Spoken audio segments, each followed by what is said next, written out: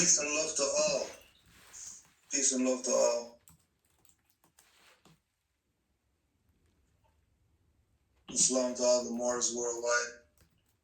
Honors to all the people in the chat jumping in to hopefully learn something today. We're here with D.A. Natalie Burrell. We're also here with myself, Brother Cujo L. We have Brother Jamal Bey and Brother Yusuf L as well on the stream. I know you said that you had an hour, so we wanted to let you get whatever you have to get out as far as the myths based on your busted video that you had uploaded, I think, yesterday. Mm-hmm. And see if we can assist you in getting some questions answered with regard to all that. Yeah.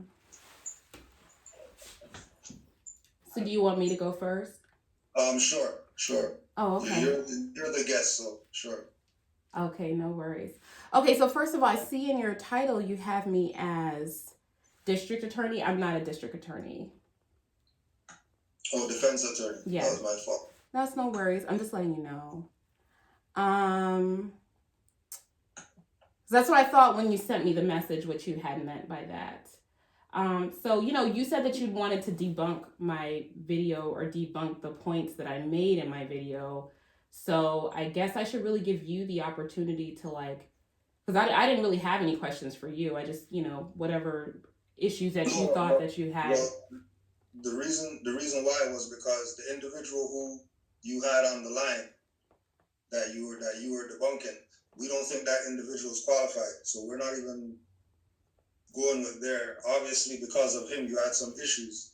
So because of what he presented, the same issues that you had, you could present those to us so we can qualify or disqualify certain things.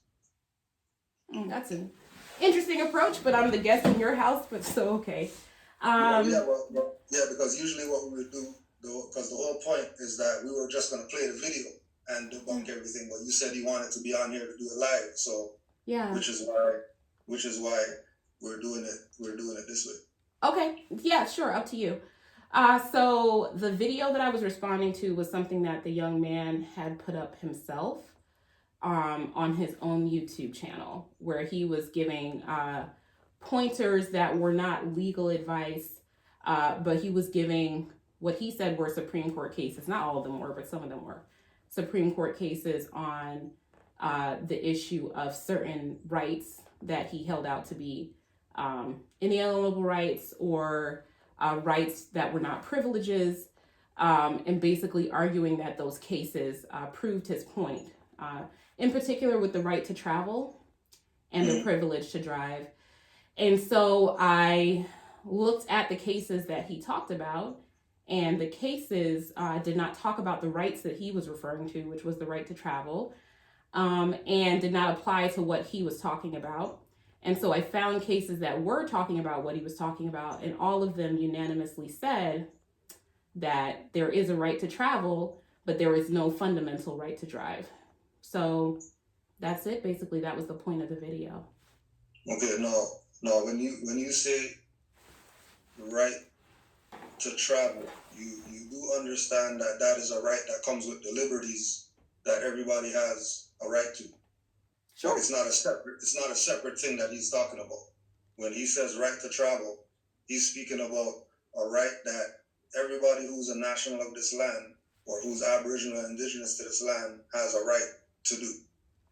No, so I disagree with your premise because first of all, you're yourself limiting that right by saying that everyone who's a national of this land or everyone who's indigenous or Aboriginal to this land has a right to travel. That's it. Everyone who's in the United States has a right to travel, right?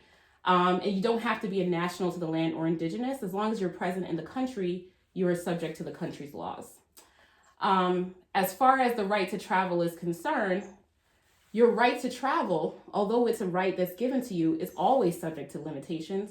just like every single right is subject to limitations. The right to free speech, the right to bear arms, the right to congregate with other people, freedom of religion, even that has limitations on it that's placed on everyone. The right to conduct commerce, all of those things have limitations on them. And so, what the case law is basically saying is that even though you have a right to travel, you don't have an automatic right to operate a motor vehicle, which is only one form of traveling, right? That is a privilege that the state gives you. And you could walk, you could crawl, you could get in a boat and go from point A to point B. But if you want to operate a motor vehicle, get behind the wheel of a car or an automobile or a conveyance and put the thing in drive, put your foot down on the pedal and go, then you need to be licensed by a state. That's just what it is. And courts have again and again and again recognized that up to the Supreme Court and the federal level. And there is no case saying that driver's licenses or a DMV or an MVA in any way restricts someone's right to travel. You have a right to travel. You don't have a right to operate a motor vehicle, a boat, or an airplane without regulation. So, Go ahead. yeah, so I think, from based on what you're saying, the actual physical act of getting behind the wheel and the commercial status of driving are being intertwined. There is no commercial status of driving when it comes to a private individual operating a motor vehicle. So again, I reject the premise of your question. That's not what I'm saying. What I'm saying is that if you, whatever you want to call yourself, want to operate a motor vehicle, move a car, whatever. No, they're not. Under the law, no, they're not. So, Okay. No, real quick. There's nothing to object to. We're not. Hold on. I was still talking. I know, but So if you just said that no, it's not. You just said that no, it's not. But you haven't provided any law to back that up. The definition of traffic deals with commerce. So No. if driving mentions traffic and motor vehicles mentions traffic, and traffic is commerce, then when you drive, you're absolutely within a commercial capacity, which of course legislators have the right to regulate, because legislators have the right to regulate commerce. But if you're not operating within a commercial capacity, then they have no right to regulate anything that you're doing. Cite the case law that says that. Cite the case law that says that. All right, hold on. Give me a few seconds. Go right ahead. No, the other part with regard to that right to travel is based on what you're traveling in. So like you said, if the state is saying getting in a motor vehicle, getting in a truck, getting in a bus, getting in whatever has to be licensed, right? Yeah. How does a state, which is a foreign European corporation, have jurisdiction in land that was here before the state? Is that because they conquered indigenous people, or is that because they naturally have that right? Cite to me a case, law, or regulation that says that a state is a foreign European corporation. Well, all states have a founding date, right? And a charter, right? Cite to me a case, law, or regulation that says that a state is a foreign European corporation. That a state, one of the 50 states of the United States. Why would the foreign European corporation colonists create a law that's gonna limit their capacity to continue violating people's rights? So then you're conceding that there is no law that says that. I'm conceding that the law is the Constitution, but the Constitution is a national constitution, not the state constitution. Okay, fair enough. Go ahead, finish. So if the supreme law of the land is the Constitution, and the supreme law of the land says that that the Constitution is that law. Anybody who creates law after that is practicing color of law, because they should be just going by the supreme law of the land. Okay, so you then, let me understand this correctly. You accept that the United States Constitution is valid, that it has the force of law. The United States Constitution for the Republic. The United States Constitution. 7 articles, 10 Bill of Rights. The organic Constitution that founded the United States of America Republic is the supreme law of the land. So then you don't accept the Constitution in its whole entirety. When you say its whole entirety, are you meaning the amendments after 10? Yes. Yeah. No, like the ones that abolished slavery, for example. You don't accept any of that. No, because I was never a slave. I was always in this land. I'm indigenous. Okay. I never came here on slave ship. Okay. Can I just yes, but let me just finish addressing his point. I think that first of all, the Constitution, which you accept in part but reject in part, does lay out how the United States is to be formed with the separate states, right? And the recognition of those states, and then the delegation of powers between those states. And if you accept up to that point with the delegation of powers between those states, right, the separation of the federal and state powers, then you recognize that states are given the authority to issue driver's licenses or not, they could decide not to, but they've all decided to do that, to issue driver's licenses or commercial truck driver's licenses, which is always interesting. You guys don't talk about CDLs like that, but that is, they do recognize a difference between the private operation of a motor vehicle and the commercial operation of any other type of vehicle, like a truck that would require a CDL license, right? So the Constitution recognizes the state's authority to regulate someone's ability to operate a motor vehicle. So if you accept the Constitution, although you're limited in what you accept, but if you accept the Constitution, which I think up to the 10th Amendment does deal with the delegation of powers to the state, then you in turn must accept that the Constitution gives the states the authority to regulate how someone is able to operate a motor vehicle. And then I'll submit to Jamal's question. I was providing the case law where I stated that when you're operating, when you're traveling, you're not operating in a commercial capacity. Therefore, the state's not has no authority to regulate what you're doing. Go. And then when you're driving, whether it be a personal truck, car, van, it doesn't matter what it is. When you're driving, then you're subject to commercial regulations. And here's the case law: it's Budd versus New York, 143 U.S. 517.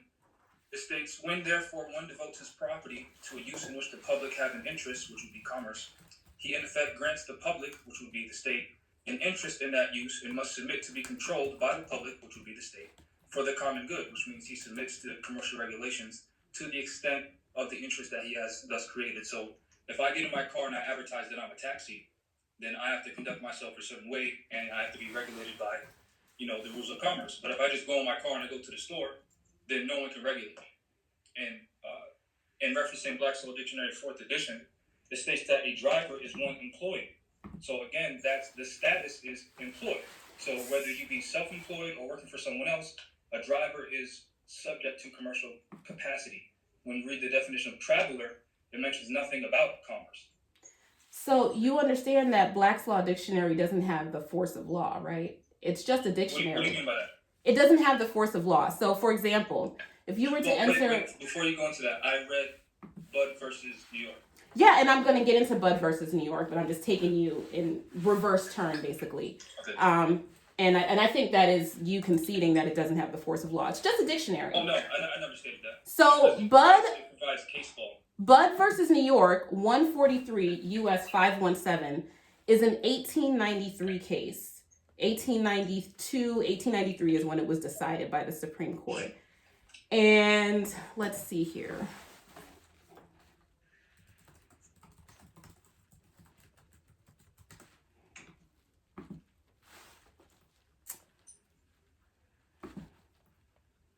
The automobile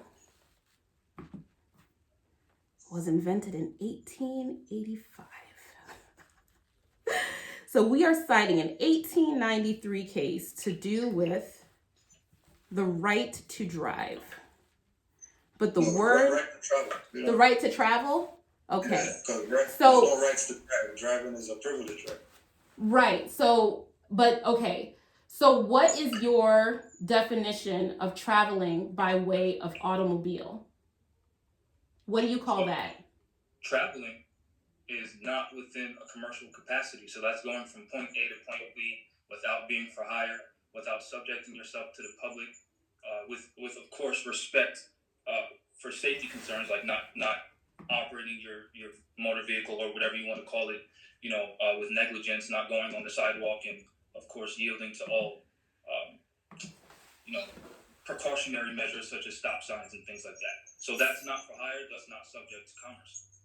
So what is it? Okay, so what does it mean when you travel by way of automobile? What is that? Traveling. Just traveling. So it doesn't matter what you're using to travel. It's just traveling. Yes, because it's not for hire. Yes. Okay. So once you're not engaging in commerce, then it's not licensable. Okay, so you're telling me that the case Bud v. People doesn't have to do with driving, which really wasn't a common thing in 1893. It has to do with traveling, right? No, that's not what I said. What does it have to do with then? I was stating that the difference between driving and traveling is that driving is operating your car or whatever it is you're behind the wheel at in a commercial capacity, therefore making you subject to state regulation. Traveling is not that, and since you're not subject to commercial regulations, they can't license you or restrict anything that you're doing. So I guess what I'm trying to say is this. What I'm trying to ask you is this. When you rely on Bud v. People, right, that does not mention the word automobile, drive, or travel once in the entire case. It has nothing to do with that. What are you relying on it for? The status of either operating in a commercial capacity, which the actual script that I referenced is dealing with that, on devoting their property to public interest, which would be commerce, and in retrospect, not devoting your property to public interest, which again deals with the state's ability to regulate individuals in their private or public capacity. That's what this entire argument is about, because in law, the first issue is status. So we can't even talk about the fact that you're behind the wheel and what you're doing behind the wheel unless we address the status. Just like if you're going to sue a cop, the first thing you have to address is that individual in his official capacity or in his private capacity. Okay.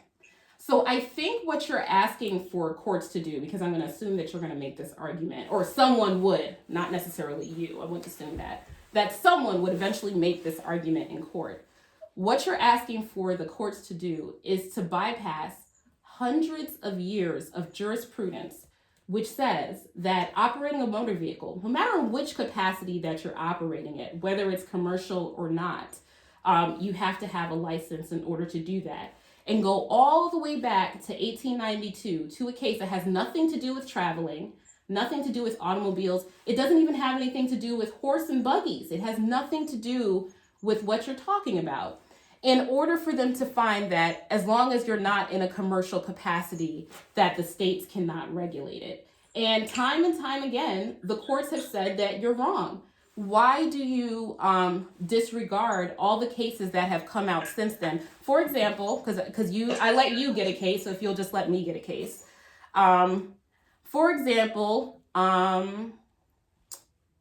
as to the fundamental right to drive, federally, there are 1,080 cases on that issue, right? And each of those cases says that there is no fundamental right to drive or operate a motor vehicle. And so if they... It's not even in the Constitution. Say that again? We're not talking about the right to drive. It is. So here's the thing. Whether or not you're talking about the right to drive, when you go to court and the issue that this... I don't want to say belief system. I don't want to be offensive. So school of thought, let's say that. The issue that this school of thought has is that no one else accepts what you're saying except for you. Hold on, because I'm confused. So to be clear, Are you stating that us referencing stare decisis and res judicata is our own independent school of thought? You're not referencing stare decisis. So when I stated Bud versus New York, what is that? That's not stare decisis because it doesn't deal with the issue of driving. And when you go to court for operating a motor vehicle without a license, you're in a court that's dealing with traffic issues, which is driving. And the word traffic has multiple meanings, not just trafficking as in selling things back and forth. It also means the movement of motor vehicles in and around the public roads, right? And sometimes private roads, depending on what the issue is. So you cannot just selectively pick one definition of the word trafficking out of context and then try to apply that to a school of court. This is why, unfortunately, the Moorish Americans on this particular issue are so often unsuccessful in court. I wish that you would actually reference the stare decisis. For example, Miller v. Reed, which is a 1999 case instead of an 1890-something case, which says that there is no fundamental right to drive, even though there is a right to travel. Are you muting me? Mendoza v. Garrett, which is a 2018 case, which says that there is no fundamental right to drive, no fundamental right to a driver's license. Wright v. Family Support Division of Missouri, which says that there is no fundamental right to operate a motor vehicle, even though you have a right to interstate travel and a right to interstate commerce. So I want to make this very, very clear. You make the arguments about interstate commerce, right, and the commercial ability to go back and forth, but courts have already said that you don't have a right to do that by way of motor vehicle. So the way in which you travel or go back and forth or do not engage in commerce, whether or not you're engaging in commerce, if you're going to do it by motor vehicle, you need to have a driver's license. And I know you might want to cut me off, but it's just the truth. Yeah, but the point of you saying having the right or not having the right is based on what you're saying is a motor vehicle, which is sanctioned because you have to register that. So of course you're going to have a license because you were the one who registered it with the state, with the province, whoever you registered it with, in order to have that quote-unquote privilege called driving. But if you didn't register it, you would have the ability to exercise the right. But I guarantee you that if we ask you, you're going to say that you have a license, don't you? So that's not true, right? No. And I have to challenge the premise. The premise is incorrect. Sir, the premise is incorrect. Whether or not first of all, you have to, sir, the premise is incorrect. Sir, the premise is incorrect. The premise, I will answer your question, but you must allow me to correct the premise. And that's what I'm saying. You make these allegations that are not based in the law. They're not based in the law. I got a call today. You don't want me to actually answer the question, do you? You don't. Before you want it? Oh wait, hold on. You want me to stop talking, but Mr. Moors invited me on his channel. Why are you being disrespectful to me? Is it because I am making arguments that you don't know how to overcome otherwise, Mr. Mutadi? Stop. Mr. Mutadi, are you being disrespectful to me because you cannot go against my argument, sir? It's your status. Your status. It has nothing to do with you personally. Nobody's personally anything with you. We don't care. He told me to drink my water and to stop talking, and that you guys needed to mute my microphone. I want to make sure that your viewers can hear that. You're still talking. Yeah. Well, you invited me. You said for me to take this on. You said for me to tell you what I'm thinking, and I told you that. But you don't want to hear it. The reason why is because we went on your video and we were just going to watch your video and debunk your video without you. Okay. You sent a message and saying you wanted to debate something. And I'm answering your questions, but you don't want me to debate. Hold on. So we said, fine. Come on here. It's not an issue because we don't care. You're not gonna change us from doing what we're doing. I don't want to change you. You're not gonna influence us or put any information on us that's gonna make us feel like, oh, we shouldn't be doing what it is that we're doing. I don't want to change you. The question that was asked to you is, do you have a license? And I said that your premise was incorrect because you are giving misinformation, sir. Do you have a license? You are giving misinformation, sir. Do you have a license? Sir, you're giving misinformation. Do you have a license or don't you have a Sir, license? you're giving misinformation. Do you have a license? Sir, you're giving misinformation. Do you have a license? Can I correct your premise first? No. Do you have a license? So your premise is incorrect. The reason that I say that your premise is incorrect is because whether or not you register your vehicle, you need to have a license in order to operate a motor vehicle. You're lying. And on top, please cite me the law. Please cite me the law. Okay, I have multiple times. I think the only person who has cited me law has been Mr. Abdullah Bey. That's been the only person who has cited me law. And then I went and I looked at his law and saw that it did not apply to this situation. Please cite me some law. You said that it wasn't a personal attack, but now I'm lying. I've never called you a liar. I believe that you genuinely believe what you believe. You're lying. You are making misrepresentation, sir. Can I address? Yes, please, Mr. Bay. All this sir and all this stuff, that's disrespectful. Because you know that we're Moors. So don't tell me about no sir and all that stuff like How is that disrespectful? Respectful position. We're not sir. How is that disrespectful? I'm not a sir. You don't call me sir in your little legal tone as if you're respecting somebody. You ain't respecting anybody talking crazy, sir. You ain't fooling us. I know that voice. So once again, now you have. Now, you know what? Mr. Abdullah Bey would like to speak, and you wouldn't allow him to speak. No, this is my platform. You ain't telling me what to do here. Okay. Okay. These are great arguments, by the way. They're working really well for you. Just because Bud versus New York doesn't mention specifically the word motor vehicle, traveling, or automobile, that does not mean that it's not relevant to the topic of discussion because we're talking about the status of driving and traveling. That's like saying Cruden versus Neal doesn't apply to anything because it doesn't specifically mention, whatever it is we're talking about, but it states in Cruden versus Neal that all men are independent of all laws except those prescribed by nature, and he's not bound by any institutions formed by his fellow men without his consent. That's dealing with the right to contract, and the right to association was also dealing with human rights. And then in regards to traveling, it states in the Articles of Confederation, which is part of the Constitution, reference Article 6 of the Constitution, that we have the right to free ingress and regress into every state.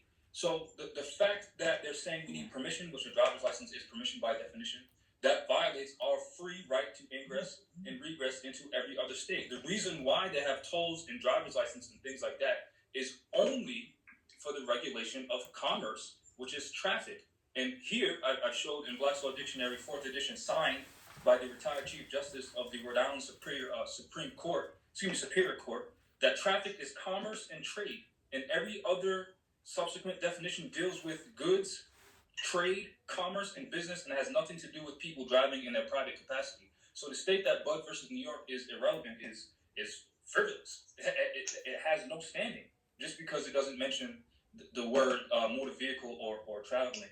And you've been wrong stating that we're arguing the right to drive. We're not arguing the right to drive.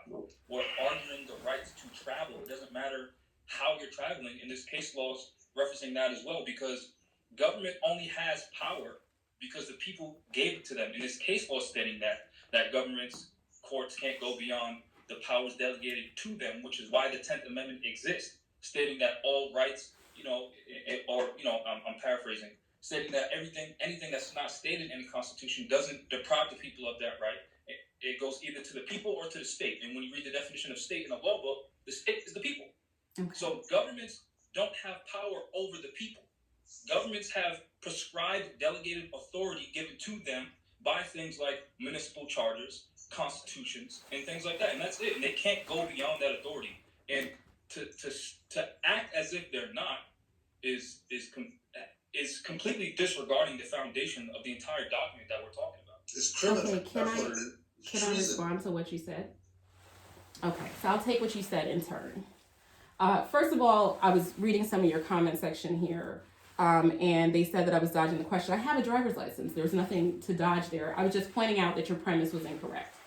But going back to Mr. Abdullah Bey, first of all, when you deal with the doctrine of stare decisis, or basically following what one case says to another, what the courts are going to look to, any court that you go to, is the law that deals with the issue that you are before the court for.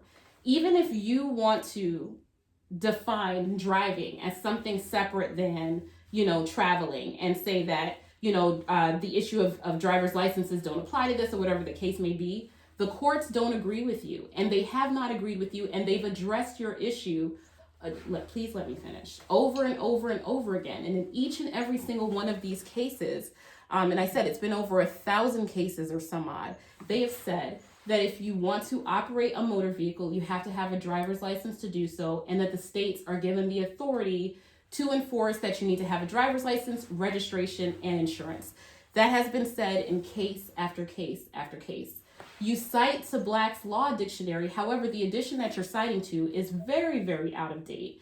Sometimes, I believe, before the advent of driver's licenses. Aside from that, Black's Law Dictionary is not law. It is just a dictionary.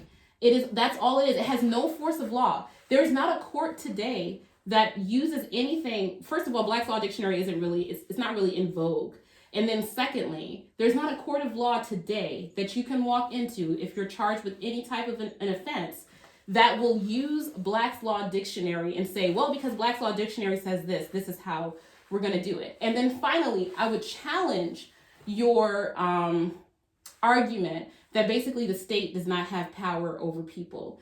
If we're not talking about traffic infractions, which to me are not the most serious things in the world, right? There's far more serious crimes. Say that we're talking about murder, right? Say someone kills another person. The government has the power to arrest that person. That's basically kidnapping. Take that person and put them in a jail, right? To try that person, to put that person away. A municipality is a form of government.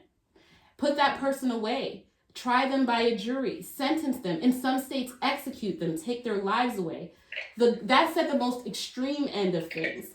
The government has the ability to do all types of things, repossess people's property. Even though people don't agree with it, the government taxes people, whether it's a state government, federal government, local government, which is what a municipality is. A little off topic here. No, I'm just addressing the things that you said, which is that the government doesn't have power over people. Of course it has power over people. It doesn't?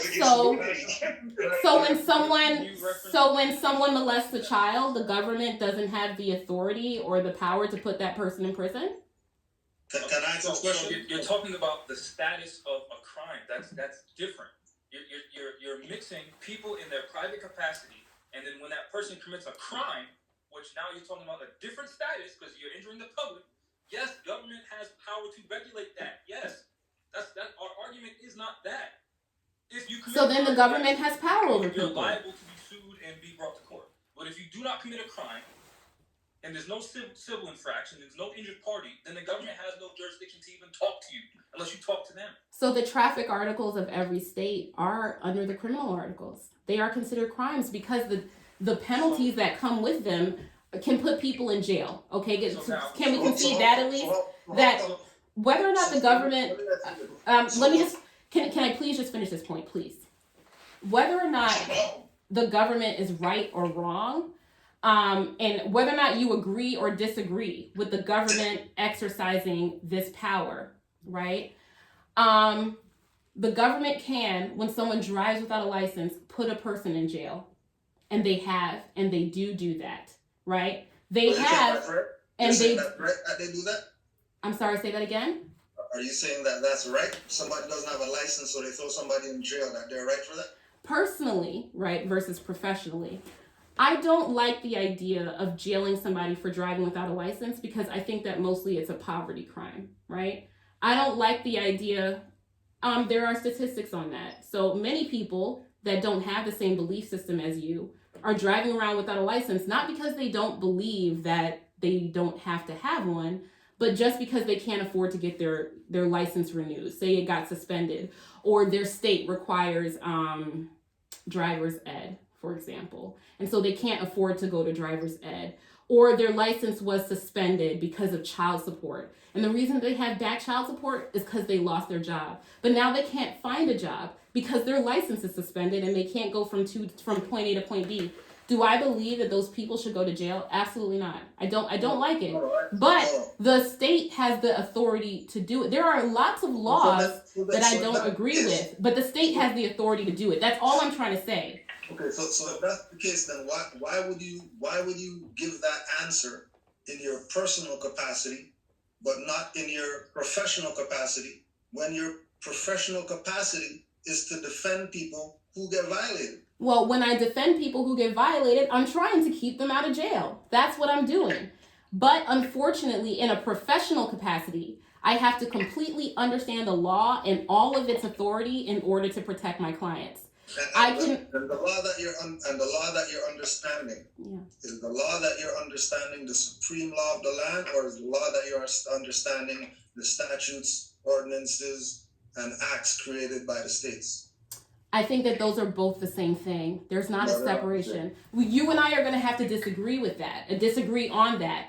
In my opinion, right? Those are. It's not. It's like what words mean. Like, because you say, like, it's just a dictionary when you say that. But if we don't know what words mean, how do we even talk? Okay, so I think... Like, how does that... Like, I don't get that. Like, when you say that, yeah, like, you have to know what the word means. So when the Grand Sheik said a statute, like, by definition, a statute will be this. So, and like, I feel like you ignore the definitions. No. And we just go around with general terms. No. Like, that's just or a saying, but not by the true definition of what it is. And then when we say a dictionary is not qualified, that's opinionated. Because I can easily say to you, short, cite me the court case that says Black's Law Dictionary doesn't exist. Like, it's the same thing. Like, you say that all the time, and I'm like, I can say the same thing to you. Like, even when you refer back to history, when you looked up when license existed. So when we refer to you, well, when did these colonists come over here and start making these laws? You want us to cite the court date, or the court case for that. But you don't cite no court case when you look up for when did automobiles come into existence. Like, why can you use history? But when we ask about history, it's the issue. Like, we know that these are colonists here making these so-called statutes, acts, and ordinances. Like, it's like you just made a quick research. Boom, the automobile came in this year. You don't know the research that these colonists came over here and started making these unconstitutional statutes, ordinances, and stuff. Like, you just did the research. I saw you. So I know you know how to research stuff. Like, so you don't know that? You don't know that they're colonists? Okay, so I'm going to try to answer your question as completely as possible. Wow. Why is that a problem? Why is that a problem? No, go ahead. Oh, okay. So in trying to answer your question as completely as possible, I'll say this. The words and the definitions within the law are contained within both the statutes and the case law. You can, of course, amplify or give context to legislative intent, basically what the legislators meant when they were putting laws in place by looking to history. Of course, history is important, and I want, everyone to look at history when they look at the laws, but the history does not trump the law, right? So the law as it is written, right, we have statutes that pertain. Can you cite the court case for what you just stated? It's in the rules of statutory construction that are found in every... statutes. There we go again. But you wanted me to cite to the law. That's not a law. Statutes are not laws. You don't By believe that... definition. You don't By believe definition, I'm not debating. I'm saying by definition in a dictionary. a statute is literally a law that's written by the legislature. No, not by definition. Okay, in the I mean, dictionary. I'm not debating. I'm just saying what the dictionary says. okay. That's all I'll say to that. Okay. I have a question. I know. No, I mean, it's the thing that you're saying is not true. There is an actual. I'm saying what the dictionary says. Okay, let's look at what the dictionary says that a statute is. Okay. Let's get it. That's what I'm talking about. What is a statute? A statute is a written law passed by a legislative body. So a statute is a law. I have a question. Yes. Are you aware that Article 4 of the Constitution states that in each state shall be guaranteed a Republican form of government? Yes. So, based on that, would you agree that the democracy is unconstitutional since it was never stated or written in the Constitution? Since you stated that Bud versus New York didn't apply to the argument of driving and traveling because it didn't mention either of those words. So since the Constitution doesn't mention the word democracy, can we both agree that a democracy is unconstitutional? Hold on 1 second. I'll try to answer your question. I'm not a dictionary, so hold on. Thank you.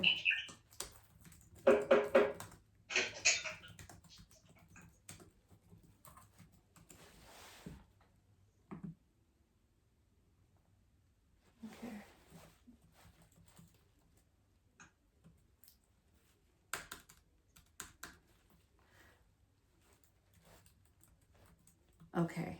So your question is that, let me make sure I rephrase the question so I understand it. That because the word democracy is not mentioned in the Constitution, right? That this is not a democracy. So I was asking. Or like basically a like, okay, sorry. Let me, one more thing. Article 4 says, that it's, what was you say? Article 4, right? Yes. Article 4. Section 4 says that the United States shall guarantee to every state in this union a republican form of government and shall protect each of them against invasion and on application of the legislature or the executive when the legislature cannot be convened against domestic violence. So it guarantees a republican form of government. So you're saying that, is this not a democracy since it guarantees a republican form of government?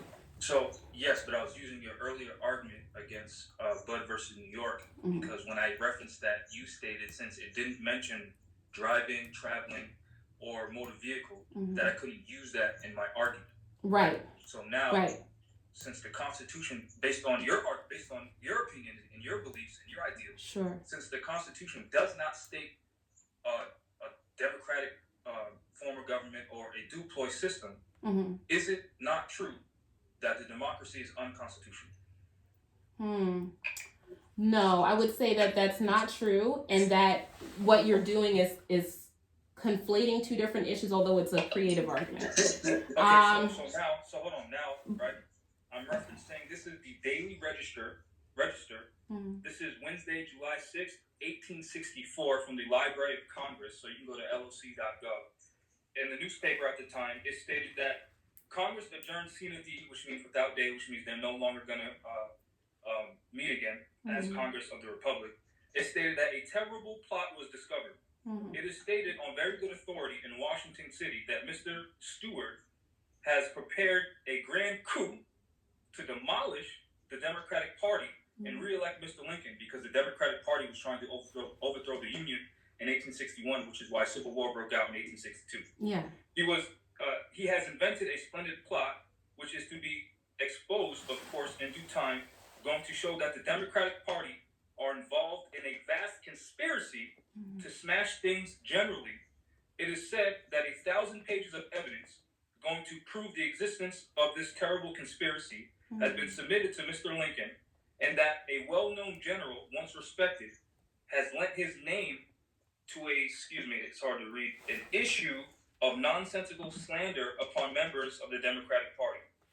It is no secret that a vast system of espionage has been organized all over the North, and proofs will soon be forthcoming that the mails are regularly tampered with to find evidence, if possible, against persons who are inimical to the administration.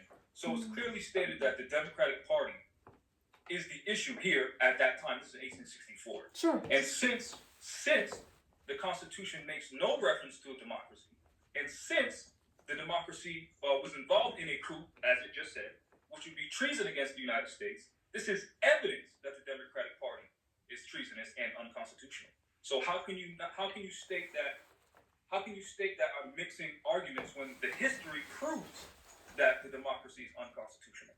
Okay, so I'll take your question in turn.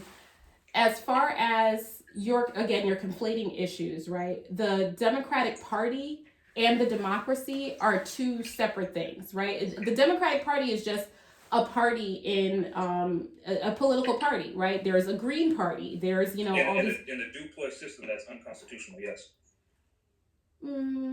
There's the Green Party. There's the Republican Party. The Republic and the Republican Party are not the same thing. The Democratic Party and the democracy are also not the same thing. And none of these things are relevant to the issue of whether or not the case that you cited, Bud versus State or Bud versus New York. Talking about the government, which government are we talking about? Are we talking about the government that's authorized by the Constitution? Or are we talking about the people that overthrew the Union? So which one are we talking about? But that's not the argument that you were making when you were citing to Bud versus State or Bud versus New York. Well, so in Bud versus New York, I was using your thought pattern because you stated I couldn't use that in my argument because it didn't mention certain words. So now it didn't deal with the issue. Yeah. So now I'm stating to you, based on your argument, based on what you told me, that since the Constitution doesn't make the argument of a democracy or a Democratic Party or anything like that in reference to a duplex system or a duplex government, it is unconstitutional based on your arguments. No. Based on your reasonings. No. Absolutely. I disagree. And I'll tell you why I disagree. I disagree because, first of all, the rules of statutory construction and that have to do with interpreting case law are not related to the formation of the government. Those are two different things, two completely different issues that don't relate to each other whatsoever.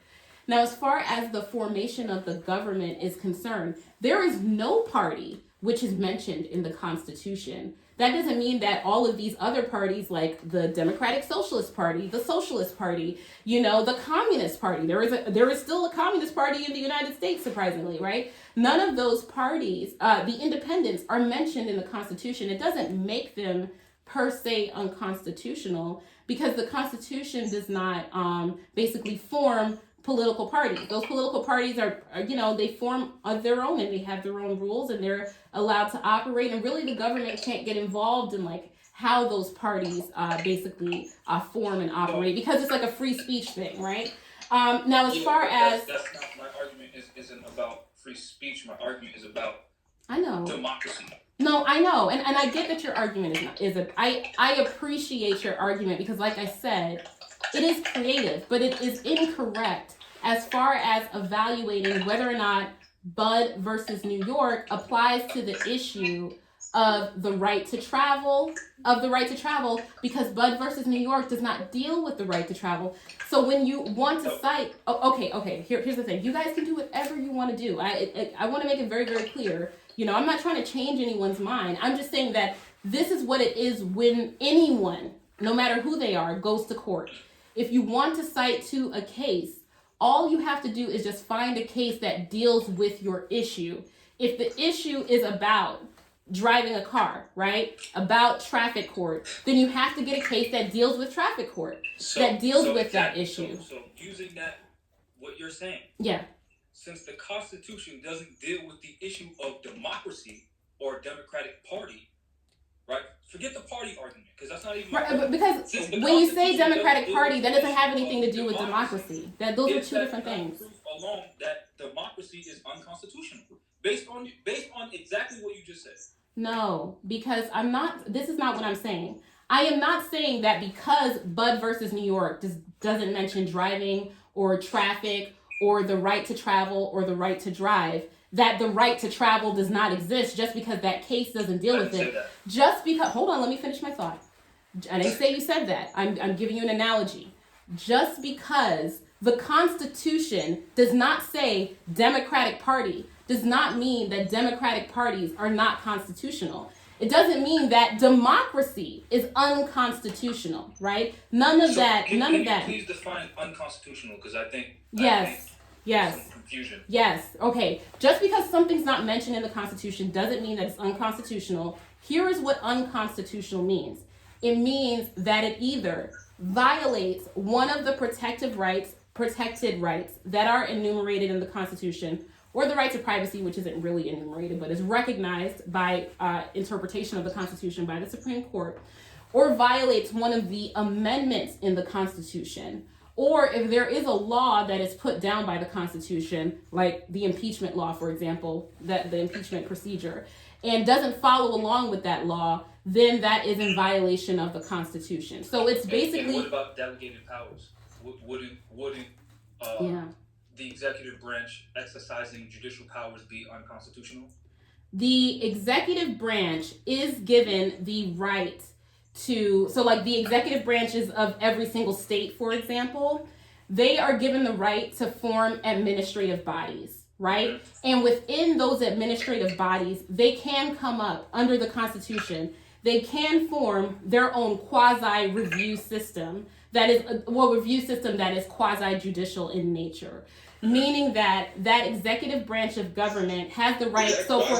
So for example, if the executive branch, like the governor or whatever of a state, decides, or the legislative branch decides to form a motor vehicle association, right?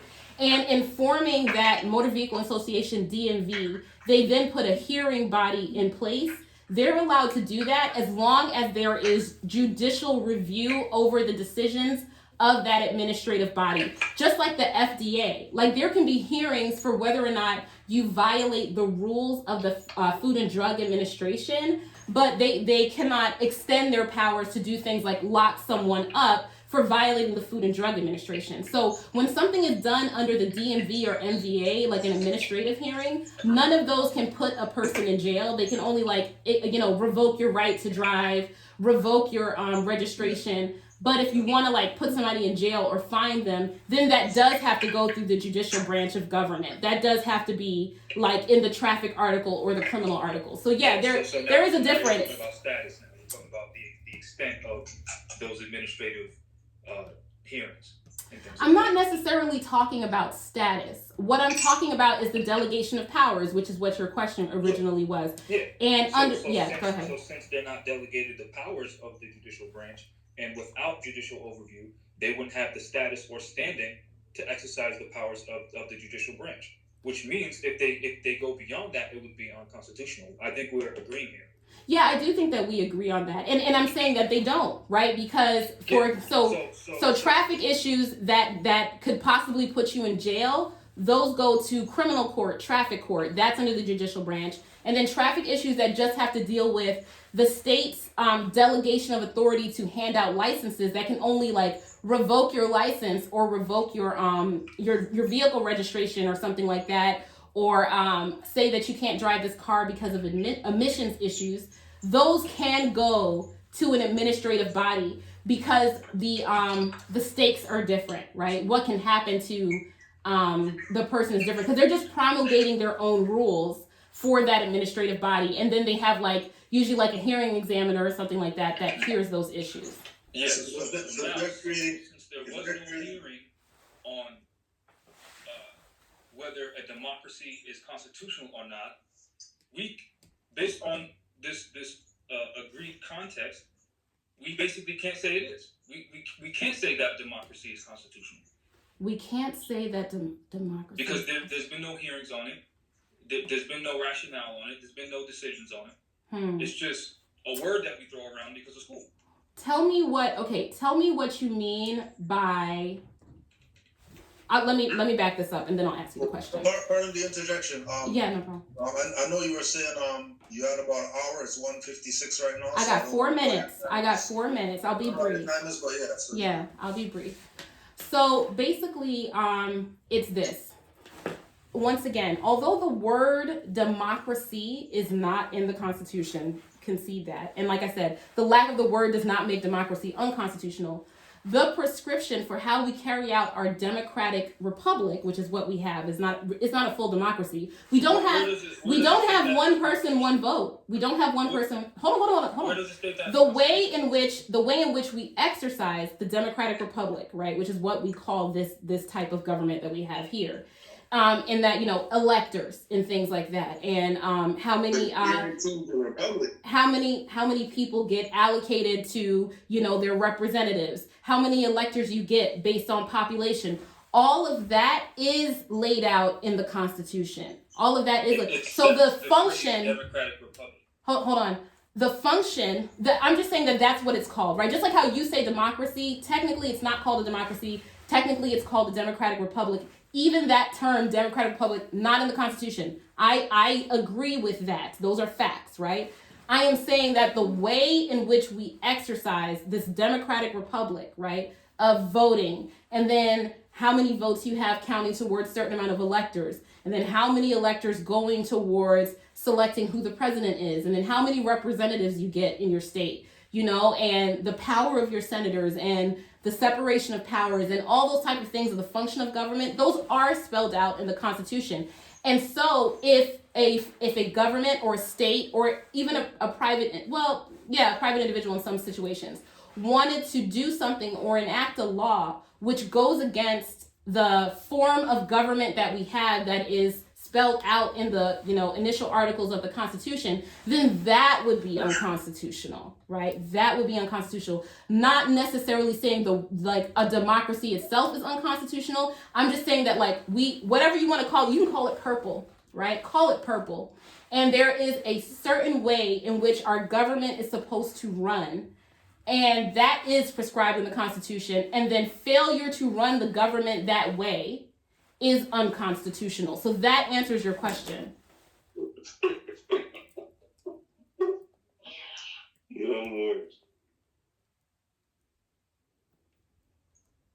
Hey Jamal, you're muted. I don't know if you're talking right now. Oh no, I wasn't talking. I was just saying that quasi means lack of reality. But I would disagree that does not answer my question. I mean, I'm not surprised it doesn't. I'm not surprised you disagree with me. That's fine, but that is my answer. I still respected the fact that you were speaking and you finished and I was speaking.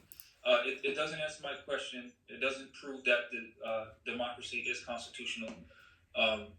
In fact, I think it proves that it's unconstitutional because the way, and I think it might be because you went to law school, but the way they teach you to think is very skewed. It's on the one hand, you'll respect the Constitution, but on the other hand, you'll blatantly disregard the Constitution and cherry pick from it to make your basically treasonous behavior constitutional. Because you talked about electors and the delegation of powers in reference to the Constitution, but then you keep throwing the phrase democratic republic, which isn't in the Constitution. So it's kind of like, why? How could you? That's like saying I'm about to make a lasagna, and then I'm looking at the list of recipes, and then I'm going to throw in pineapples and say, well, it's not in the recipe, but I'm going to put it in there, and it's going to be delicious, and then I eat it. Now we're eating, right? So now we're hypothetically eating this lasagna with pineapple in it. It's screwing our people over, the people that look like me and you, and we're arguing based on the coup in 1866 with the Democratic Party that we're defending. That's the source of our plight here in America, and that plight consists of the issue of driving and traveling, which you stated, for lack of better words, you have moral objection to it because and please correct me if I'm wrong, but I think that you're pretty goddamn intelligent. So I know that in order for a crime to exist, there must be an injured party. That's res judicata on that. Cases have already ruled on that countless times. So knowing that, And knowing that 99% of traffic issues don't involve injured parties, and our people are going to prison or having to pay ridiculous fines to defend the democracy is I think is ridiculous. And I understand that you have an obligation because if you're an attorney, that means you're a member of the bar and you have to pay dues and you have to submit to their regulations. But I really hope that you can see that it's asinine to defend a system that's deliberately has been blatantly and openly violating our people since at least 1862. And with that, I'll yield. Okay. Yeah. There's a couple of things that you said there that kind of are the reason that I felt prompted to respond to Canaanland Moors, right? And I'll take what you said in turn. First of all, I liked your analogy about the lasagna, right? What I said about democracy is like, whatever. And then saying, where's the pineapple? What I said about democracy is like looking at a recipe for lasagna, seeing all the ingredients for lasagna, a strict recipe. Yeah, hold on. I should have been clear. A strict recipe. Okay. Seeing all the ingredients for lasagna, and then saying, but none of the ingredients say lasagna, so this can't be a lasagna. A lasagna is made up, of a whole bunch of things like noodles and sauce and whatever. No, hold on. You can flavor the food however you want. Yes. When it comes to people's rights, you can't flavor that. The same thing. I'm just going off of your analogy. Arguments made by the Supreme Court that the amendments that would grant any rights, they would exist whether or not the amendments were there. You understand what I'm saying? So right. Again, and I would like to believe that it's because of your training. It's not because of your moral compass. Because of your training in law school, they just like they brainwash all of us, right? I was in the Marines. I was gung-ho USA, all this bullshit. They brainwash all of us to think like them, and in turn, we take our good intentions, our ignorance, replace our ignorance with their garbage, and we spew it out of our own mouths. And then we want to go march and pray, talk about Black Lives Matter, but we're part of the system. Okay, well, and we don't know how to separate their open, obvious, blatant disregard for the Constitution and our moral objections. Like we mix that. Like we don't know how to separate what our personal belief with what the law is. And I see that with a lot of attorneys, and it's very sad. Okay, so a couple of things. I find it interesting that you took issue with me cutting you off, and you cut me off just now. But aside from that, because you're taking my lasagna argument as literal, and it's not. Okay. We're talking about a document. I'm not taking it literally. That is entire conception. Literally an allegory. Foundation is established to protect people. Now there are people living right now who, as a result of this coup in 1862, are now using that document to deprive people of their rights, and you're defending that. Okay. And you're using their bullshit. Excuse me, I apologize. You're using their arguments to defend violating people's rights as justification for it, which we might as well be in Nazi Germany. All right. So traffic laws are not being in Nazi Germany, but I will say this. No, but using a document that's established to protect people's rights and justifying the violation of their rights using that document is like Nazi Germany.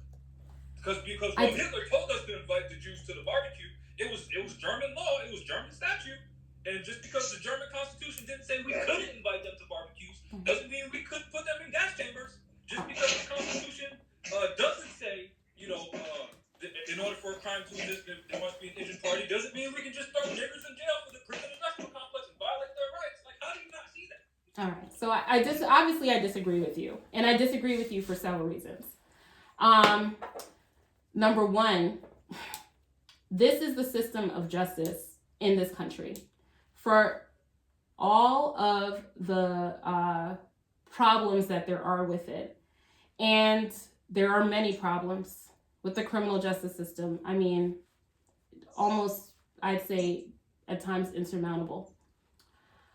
The way I believe to combat the issues with the criminal justice system is to learn the laws that are real, to learn how to marshal the laws against the facts, and then to use that in order to help people. I use my knowledge of the criminal justice system. That, you know, I don't do traffic court anymore. I handle mostly, you know, homicide cases. That's what I mostly do. But I use my knowledge of the criminal justice system, my knowledge of the Constitution, and my ability to research in order to help mostly Black people avoid convictions, be found not guilty, avoid prison time. And that is what a lot of my colleagues do. People can decide that they want to deal with the system in a different way, and that's up to them. But the way that I choose to deal with the system is to actually learn the ins and outs of it and to have a better argument, to be superior in my understanding of the Constitution and the laws compared to the prosecutor, to throw out cases get cases thrown out because my client's constitutional rights were violated. And I think that most people would understand that I could not go into a criminal court and have a drug case thrown out or a gun case thrown out or rape, murder, or something where my client is wrongfully accused. I can't get that thrown out without an understanding of what the full Constitution, every single part of the Constitution, and how it applies to the laws of my state or the laws of wherever it is that I'm practicing in. And so while, yes, I would prefer if people didn't go to jail for small traffic infractions. I really, really would. There's way more serious and important things out there that I think that courts should be doing. If and when I ever get a traffic case, I need to understand the traffic laws in order to say, well, Your Honor, this officer stopped my client without reasonable articulable suspicion. And then he illegally pulled my client from the car. And then he ran his registration. Oh, but it looks like based on his driver's record, my client never received notice that his license was suspended. So he didn't know that. So the case has to be found not guilty. Or cases where I got my client found not guilty because he was illiterate. And so there was no way that he could have ever gotten a driver's license. And, ultimately the judge didn't think that was his fault. So I understand the frustration. Interjection. What is your nationality? What is my nationality? What is your nationality? I was born in South Carolina. My family is from Jamaica. So you are Moor? No, I don't ascribe to your system of beliefs. It's not a belief. Matter of fact, let's go right here. You said by belief? I'm not, okay, or I'm not a Moor. I'm not a Moor. Listen. Because I heard you say color, and I heard you say black. Where's black land? Where's black land? Where's that? Where is what? You said you were black. I'm sorry, I couldn't hear you. Where? I didn't realize you were talking. Where is black land? Black land. Where's that? You said black, right? You said you were black, right? Where's that? Yeah, I'm black. Is that a land? Is that a landmass? Where's Africa, America? You look stuck right now. I'm not stuck. I just don't want to engage you on your belief system because it doesn't matter what you believe or what anyone. Geography is not a belief system. Hold on. Geography is not a belief system. You are familiar that there is a land called Greenland, right? Are people that live in Greenland green? Sir, if I was you to say common sense, man. No, if I was to sit here and debate you on Moorish science or Moorish Americanism, that would be like the same thing as me debating a Jewish person because I don't believe in Judaism. You are free to believe whatever you want to believe. I was just here to debate the law. Hold up. I've been listening to you ramble and lie on this feed for about an hour now. Hold up. It's my time to talk. When you talk about now, it's not. Listen. It's not. No, I'm not. I'm not going to. No. Hey, believe. So you're gonna be rude then? We let you talk. You don't think that you're being rude? No, I'm not. because it's my turn to talk. You're trying to interject while I'm talking. I've listened to you talk. Rhetoric. Wow. So listen. You said that you were black, but you cannot name a landmass on Earth that's called black to match that. You also said something about law. So law, there are rules. Just like grammar, there are rules. Black is an adjective. It's not a proper noun. So that's not a people. So in law, that would be considered a color. Do you know the definition of color in law? What's that? That's a question for you to answer. Do you know? Oh, I don't have to answer your question because I didn't come here to talk to you. Hold up. So you make these projections, but you can't defend them. What is the definition of color of law? You said you're an attorney, right? You're a lawyer? Sir, I don't have to answer your question. I didn't come here to talk to you. No, you're talking to the audience. You're talking to the people. I have spoken to them. I said what I need. I said what I needed to say. So now you're in the pressure cooker now. So now you're in the pressure. I'm not in the pressure cooker. I don't believe that you're well, so I don't want to be disrespectful. And I don't think I should go any further than that. You're conducting traitorous activity right now because you know that there's no such people as black people. Okay. So we know that you have a bar card. Show your license to practice law. If you say so, okay.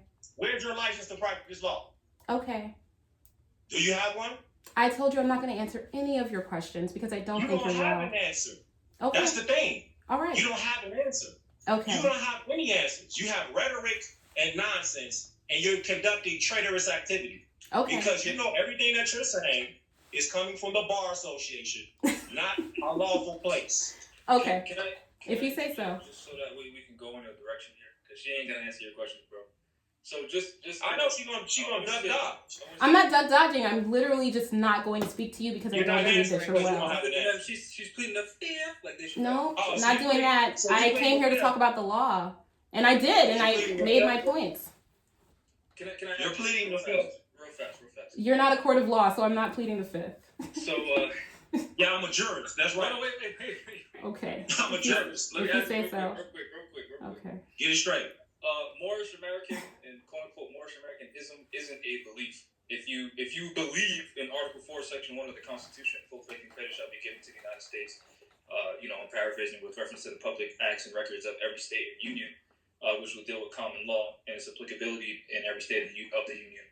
House Resolution 1203 of the state of Georgia recognized Moorish Americans as Aboriginal and Indigenous to North, South, and Central America, which would include all of the islands, which is why there are Maroons on the island of Jamaica who are Moors.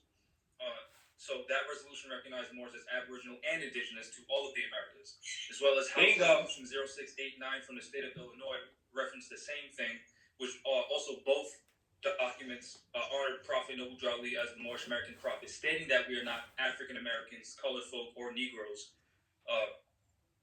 As well as Senate Resolution 1015 from the state of Texas. All of these states have recognized Moorish Americans as Aboriginal and Indigenous to North, South, and Central America. So it's not our personal belief or views. It's a fact. Also, in reference to your arguments about the Constitution, I don't want to come off as offensive, but it's going to offend you, and I do apologize because I don't mean it in an offensive way. But the way you're arguing the justification of the courts violating people's rights is kind of like the house nigger telling the field niggers, like, hey, bro, this is how it is because Master said it is. So I'm really just trying to use their laws to help, prevent them from whipping you less. So in certain situations where you did drop the egg by an accident, I'm going to tell the judge, well, my client didn't know how to read, so he dropped the egg by an accident because on the basket it said don't drop the egg. Yet, Master's still whipping the slave. So I really hope that you can see that they are the problem, and us working for them is continuing the problem. And I really do apologize for being disrespectful. I don't mean it like that, but I really want you to see that's exactly how it is. Okay. So the first thing you said about whether or not it's a belief system, again, whether or not it is, I don't wish to engage on that. I prefer to talk to you about the second thing that you just mentioned. And in talking to you about the second thing that you just mentioned, that's the reason that I'm here, right? you can think that, and you would not be the first or only person to think that, and that's fine. But what you are espousing, whatever you want to call it, does not get people out of jail, right? So to me, you are the house nigger, because you don't get people out of jail. You don't get people out of jail. You don't get people back to their family members. You don't keep black men. You don't keep many people, hundreds of people. And that's what I'm saying. Every time I say something you guys don't like, you talk over me, and that's fine. But hundreds of people, hundreds of people I have gotten back to their family. People that are facing life in prison, people that have almost lost their lives. So to me, everything that you're saying, all that you're doing is hurting people, because you're not giving them real and correct information. I don't believe you. I don't believe you. I don't believe you. I don't believe you. I haven't believed anything as far as that's concerned. Just like how you don't believe me, I don't believe that you've gotten anyone freed. I keep people out of prison. I keep people from having criminal records. I keep people from losing their lives. I have kept people from losing their lives. So to me, my knowledge of the system makes me someone who helps my people. And what you do is give black people misinformation. And what it is, to me, is internalized white supremacy. That ultimately being black is a negative thing to you instead of it being a good thing. I am happy to be black. I love myself and I love my heritage. I love being the descendant of Africans. I love being the descendants of people who have braved the transatlantic slave trade. I love all of that. And so there is nothing that you could say that would take that away from me. Like, there's nothing that I could say that would make you feel differently. I know that every single day what I do helps people that look like me and helps poor people, which is what I was growing up. And that's all that I care about, right? And the things that you say don't help anyone. It never does. You're not helping anyone, because what you're saying is not based in reality. It's just not true. And every single time I hit you guys with the case law and the facts, you couldn't handle it. So you all bring your friends on and gang up on me and try to talk over me. But every single thing I said has been true. And every single thing you said has been false and not based in reality. But again, thank you for having me on. Yes? Do you have any closing comments, Ms. Burrow? Oh, are you cutting me off now?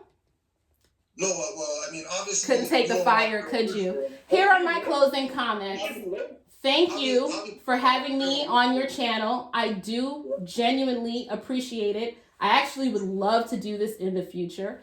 And also, I would love to have you on my channel. So once again, I appreciate you having me genuinely and completely. I don't believe that anything that any of you have said is based in reality or the law, nor would it ever be successful in court. But again, thank you for having me. Those are my closing thoughts. Yeah, just send me the date when you're ready for your channel and we'll be over there. Absolutely. All right, take care. All right, bye-bye.